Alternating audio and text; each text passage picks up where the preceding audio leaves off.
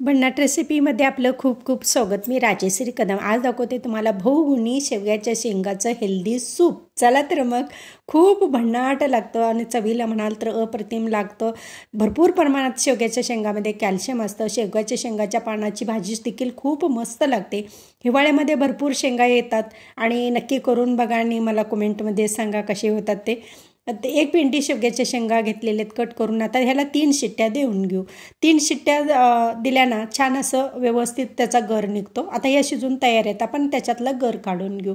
ह्या शेंगांना पानमळ्यामध्ये खवची पानं असतात ना, त्याला आधार देण्यासाठी झाडे लावलेली असते। त्या जे शेवग्याच्या शेंगा असतात त्या देशी असतात आणि चवीला खूप छान लागतात।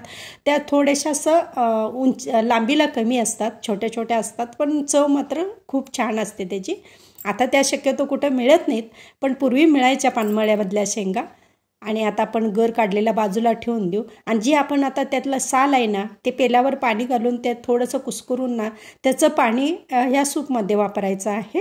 वरनं एक्स्ट्राचं पाणी न घालता ह्यातलं सूप वापरायचं आहे। आता हे मिक्सरला एक राऊंड फिरवून घ्यायचं म्हणजे एक जीव त्याचा होतो।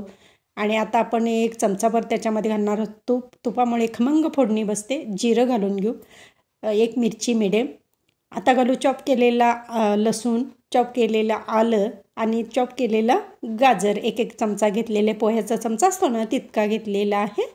तर एक बाउलभर सूप आहे। अर्धा चमचा आता त्याच्यामध्ये हिंग घालून घेऊ, तेलावरती परतून घेऊ व्यवस्थित। आता हा परतून झालेला अर्धा चमचा हळद देखील घालून घेऊ आणि जे सूप मिक्सरला ते फिरवून घेतलेलं आपण ह्याच्यामध्ये ॲड करून घेऊ। चांगली दणदणीत त्याला उकळी आणायची। थोडीशी साखर, चवीनुसार आता त्याच्यामध्ये मीठ घालून घेऊ आणि गरमागरम इथं सूप हेल्दी तयार आहे बहुगुणी।